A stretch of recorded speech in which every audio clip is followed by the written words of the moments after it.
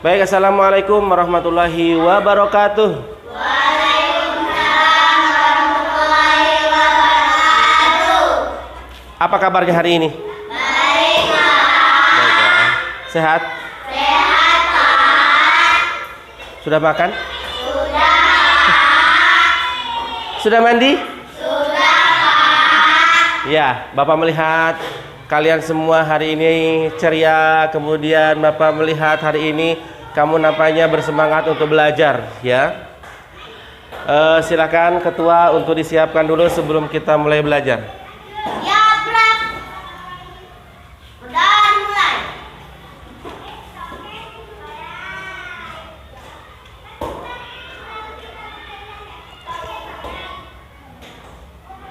Sudah selesai. Beri salam. Assalamualaikum warahmatullahi wabarakatuh. Waalaikumsalam warahmatullahi wabarakatuh. Oke, sebelum kita mulai pembelajaran berikutnya, alangkah baiknya kita menyanyikan salah satu lagu wajib nasional, ya. Satu Nusa Satu Bangsa. Oke, 1, 2, 3. Satu nusa, satu bangsa, satu bahasa kita. Tanah air pasti jaya untuk selama-lamanya. Indonesia pusaka, Indonesia tercinta, nusa bangsa dan bahasa kita bela bersama. Terima kasih. Dengan kita menyanyikan salah satu lagu wajib nasional, kemudian kita menghafal lebih banyak lagi, menandakan kita cinta dengan tanah air Indonesia. Coba siapa yang tidak hadir hari ini? Ilham. Kenapa Ilham?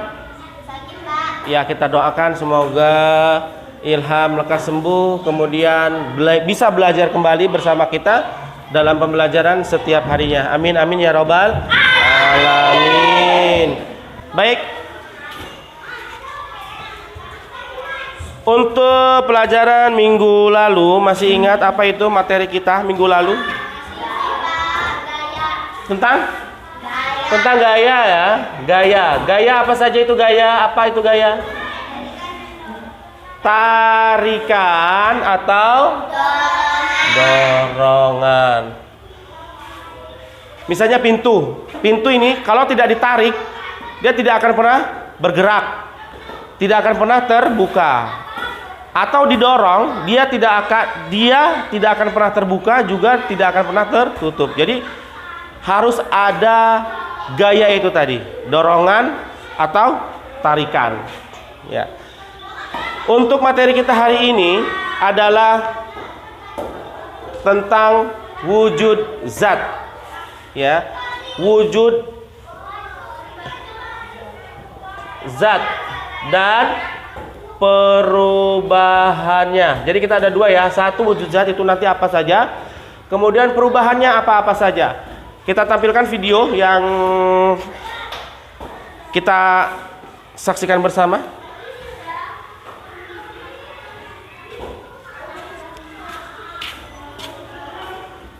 Mohon diperhatikan video ini supaya lebih paham lagi, tidak ada lagi yang ribut. Pandangan lihat ke depan.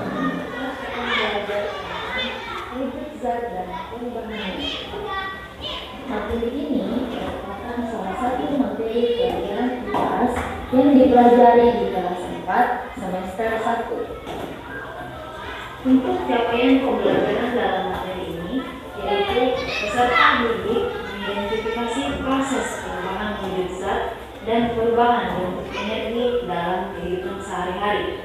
Kemudian untuk tujuan pembelajarannya, yang pertama yaitu peserta didik mempelajari karakteristik wujud zat. Yang kedua, peserta didik mempelajari istilah-istilah perubahan wujud zat. Baik, di sini kita ada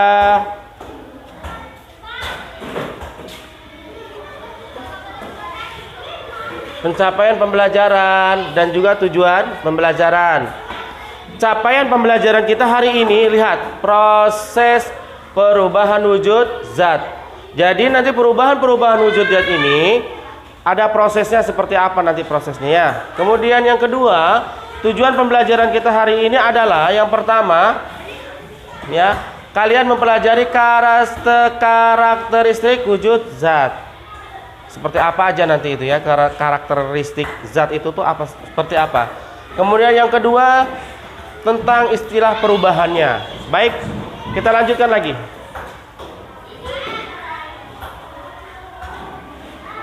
Perubahan wujud zat. Baiklah, pertama-tama kita bahas tentang macam-macam wujud zat. Nah, zat ini ada 3 macam. Yang pertama, zat padat, kemudian zat cair, dan yang terakhir adalah gas. Yang pertama, kita bahas tentang zat padat. Zat padat ini jika dimasukkan ke dalam wadah atau tempat, maka bentuknya tidak akan berubah. Begitu dengan volumenya, misalnya meja, kursi, pulpen, dan sebagainya. Yang kedua, zat cair. Zat cair ini jika dimasukkan ke dalam wadah atau tempat, maka bentuknya akan berubah mengikuti wadah atau tempatnya, tetapi volumenya tetap. Misalnya air minum, minyak, bensin, dan sebagainya. Yang ketiga, gas. Nah, gas ini jika dimasukkan ke dalam wadah atau tempat, maka bentuknya akan berubah-ubah dan volumenya pun berubah-ubah. Misalnya angin, udara, asap, dan Oke, perhatikan ke depan. Yang pertama kita akan mempelajari wujud zat. Seperti apa? Seperti apa wujud zat itu? Jadi zat itu dia ada 3, wujudnya ada 3. 1, yang kedua, ketiga, gas. Yang perlu kamu ingat di sini adalah ini, bentuk.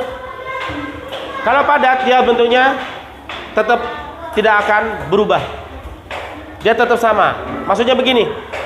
Ketika spidol ini saya lemparkan keluar atau saya jatuhkan ke bawah, maka spidol ini tidak akan pernah berubah wujudnya kan? Tetap dia spidol. Kemudian volumenya dia tetap, dia juga tidak akan pernah berubah volumenya kalau dijatuhkan.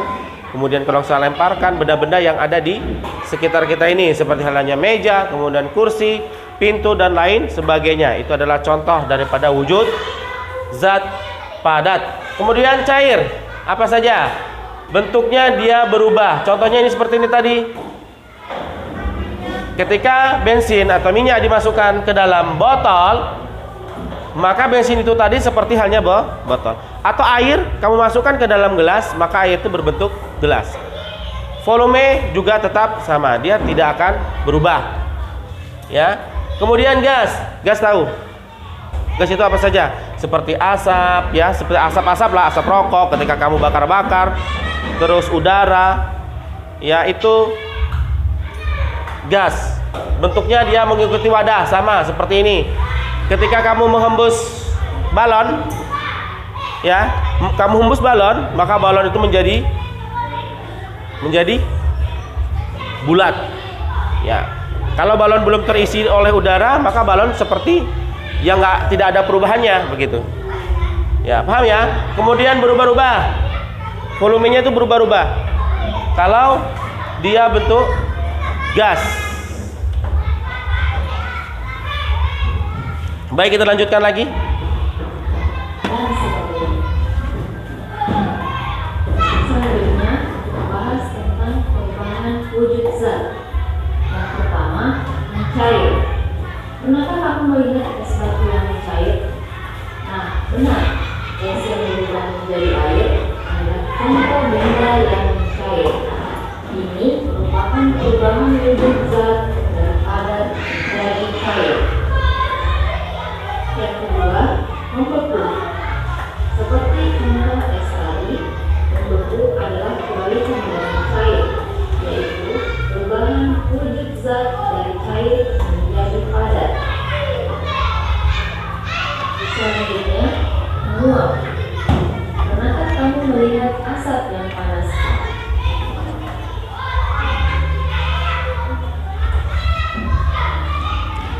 Oke, yang kedua adalah kita mempelajari tentang perubahan wujud zatnya.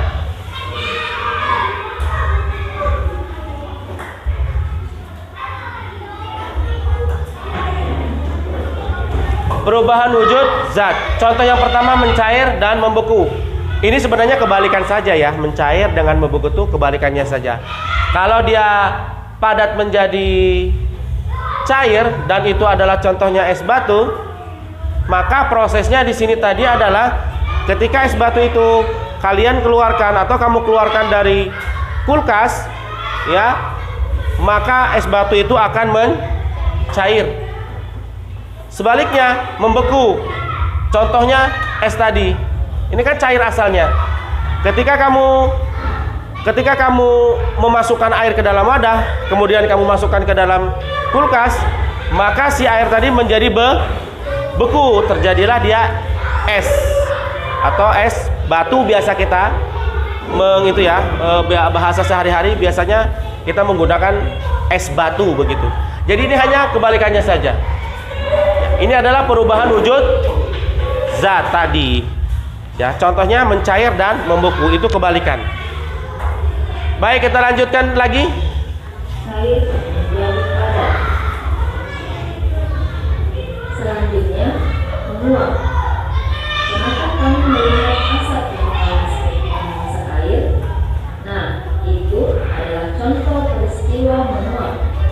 Ini merupakan perubahan wujud dari cair menjadi gas. Selanjutnya mengembun.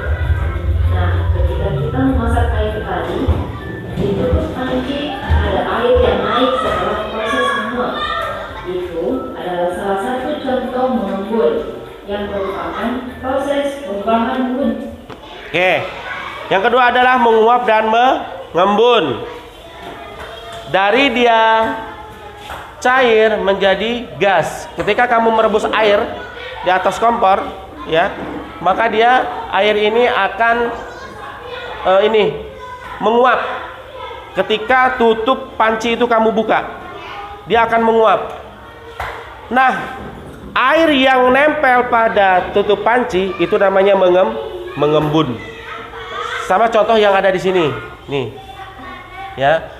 Kaca, kalau kamu gini kan biasanya dengan mulut gitu ya, kamu gitu kan, gimana tuh ngomongnya? Itu dia mengembun. Atau kaca mobil di pagi hari. Lihat kaca mobil kalian, kaca mobil yang punya mobil, coba pagi hari itu biasanya dia mengembun. Atau air kecil yang menempel pada dedaunan di pagi hari. Nah, itu adalah proses dari gas menjadi cair. Ini sudah paham ya? Menguap dan mengembun. Baik, kita lanjutkan lagi. Wujud dari gas menjadi cair. Selanjutnya menyusut. Pernahkah kamu melihat kapur barus jika dibiarkan di daratan terbuka atau udara panas akan semakin mengecil atau bahkan menghilang dan habis. Peristiwa ini dikenal dengan istilah menyublim, yaitu perubahan wujud zat padat menjadi gas. Yang terakhir, mengkristal atau deposisi, yaitu kebalikan dari menyublim, yang merupakan perubahan wujud zat dari gas menjadi padat. Misalnya, panci yang menghitam akibat pembakaran dari kayu bakar. Butiran-butiran debu atau kristal yang menempel di panci berasal dari asap pembakaran kayu bakar tersebut. Kemudian berikutnya,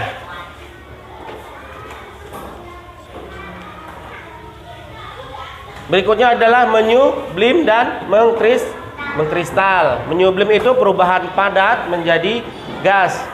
Mungkin kamu pernah tahu ya, benda ini kapur barus. Kapur barus itu biasa digunakan orang dia untuk apa ya? Untuk di lemari pakaian, kemudian di toilet, biasanya seperti itu. Nah, ini lama-kelamaan dia bentuknya akan habis. Dari yang besar seperti ini lama-lama habis, kecil, dan dia menghilang. Itu adalah perubahan padat menjadi gas. Kapur, barus contohnya. Kemudian yang ke berapa nih? Yang ketiga ya. Berikutnya mengkristal. Mengkristal itu perubahan wujud zat gas ke padat. Contohnya seperti halnya kamu merebus air menggunakan kayu bakar. Mungkin sekarang kalian bisa dilihat ketika kegiatan pramuka. Itu biasanya mereka menggunakan kayu bakar untuk merebus air, kemudian masak nasi dan lain sebagainya. Nah, mengkristalnya itu apa? Mengkristalnya itu yang mana? Ketika kamu ini ada panci, ini panci nih, dibakar ya dengan kayu bakar, maka yang tadinya panci berwarna putih menjadi hitam. Hitamnya menggumpal. Nah, itulah yang namanya kristal tadi. Perubahan dari gas menjadi padat sehingga dia menjadi mengkristal. Baik, dari video yang sudah kita lihat bersama tadi, sudah paham belum? Sudah ya? Apa itu wujud zat? Wujud zat ada berapa? Ada 3 ya, 1 padat, kemudian cair dan gas. Perubahan wujud zat tadi sudah tahu? Udah paham? Yang pertama apa tadi? Cair menjadi padat atau padat menjadi cair. Kemudian yang kedua tadi menguap dan mengembun. Dan yang ketiga adalah mengkristal. Jadi contoh-contohnya kamu harus tahu, kemudian bagaimana prosesnya juga harus tahu. Nah, di sini kita ada sesi berikutnya, yaitu mengerjakan lembar kerja, tapi kita berdasarkan kelompok ya. Mohon diisi.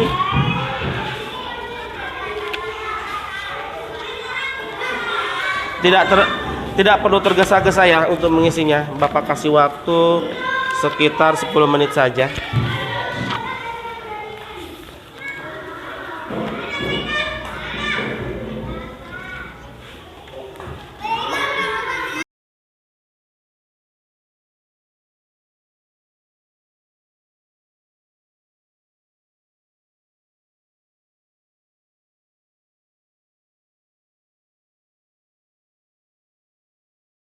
Nah, sekarang kelompok berapa dulu yang mau presentasi?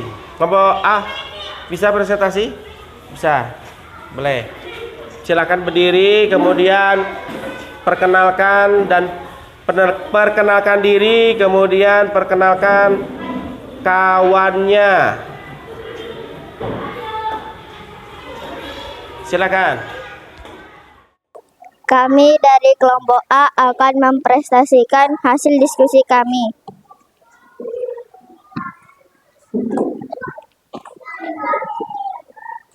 Nama eksperimennya adalah perubahan wujud zat atau benda. Tujuan eksperimennya adalah untuk menganalisis perubahan wujud mencair dan membeku. Alat dan bahan adalah lilin, korek api, kaleng. Langkah eksperimennya mencair. 1.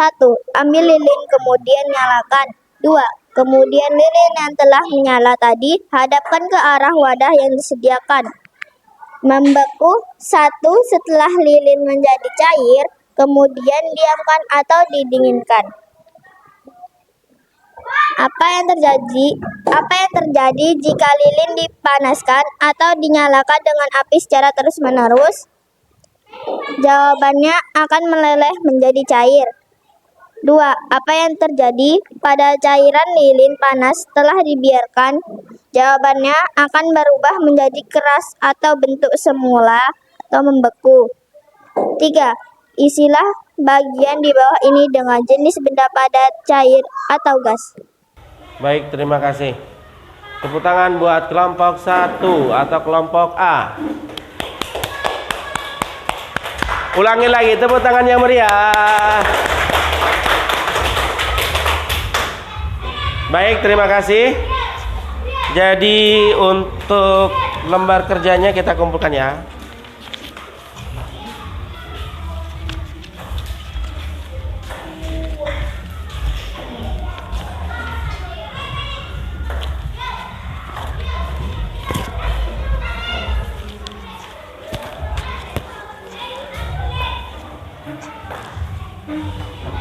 Nah, sekarang kita bersama-sama untuk menyimpulkan dari pembelajaran kita hari ini. Baik, yang pertama apa? Tadi kita mempelajari apa hari ini? Wujud satu, wujud zat. Tadi wujud zat ada berapa? Apa saja? Iya, kemudian gas. Yang kedua adalah perubahan wujud zat. Apa saja tadi yang pertama? Dari terus mencair, membeku. Yang kedua menguap, mengembun. Yang ketiga menyublim, mengkristal. Ya, setelah kamu mengerti dengan wujud zat, kamu mengerti dengan perubahannya, maka perubahan di sini harus ada proses. Nah, itu tadi prosesnya. Ketika air dimasukkan ke dalam kulkas, kemudian ketika kalian merebus air dengan kayu bakar, kemudian kalian membeli kapur barus, kamu letakkan di dalam kamar atau di toilet dan lain sebagainya. Terima kasih pembelajaran hari ini. Apakah menyenangkan? Ya, alhamdulillah. Silahkan Handa untuk menyiapkan kembali, karena pembelajaran kita hari ini sudah selesai. Silakan Handa. Dan mulai.